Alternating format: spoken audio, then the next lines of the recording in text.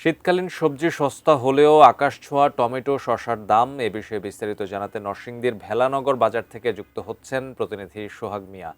সোহাগ, শীতকালের সবজি আছে সহনীয় পর্যায়ে এর দাম, শসা টমেটোর দাম এত বেশি কেন? কি বলছেন সেখানকার আড়তদাররা কিংবা পাইকারি খুচরা বিক্রেতারা?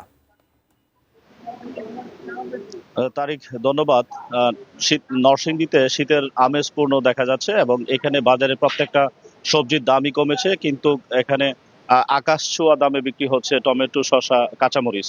এখানকার যারা সাধারণ ক্রেতা রয়েছেন তারা বলছেন গত এক সপ্তাহের ব্যবধানে প্রতি কাঁচামরিচ, শসা এবং টমেটোর দাম অর্ধেকের বেশি বেড়ে গেছে।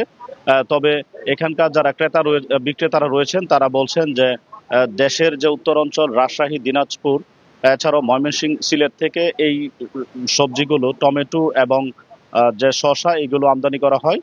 ফলে এখানে ঘন কুয়াশার কারণে পরিবহন সমস্যা জনিত কারণে পাইকারি বাজারগুলোতে পর্যাপ্ত পরিমাণ টমেটো এবং শসা সরবরাহ হচ্ছে না। ফলে দাম পাইকারি বাজারে কিছুটা বেড়েছে, যার প্রভাব পড়েছে খুচরা বাজারেও। গত এক সপ্তাহ আগে যেই টমেটো বিক্রি হতো 40 থেকে 50 টাকা, সেটি এখন বিক্রি হচ্ছে 110 থেকে 120 টাকা।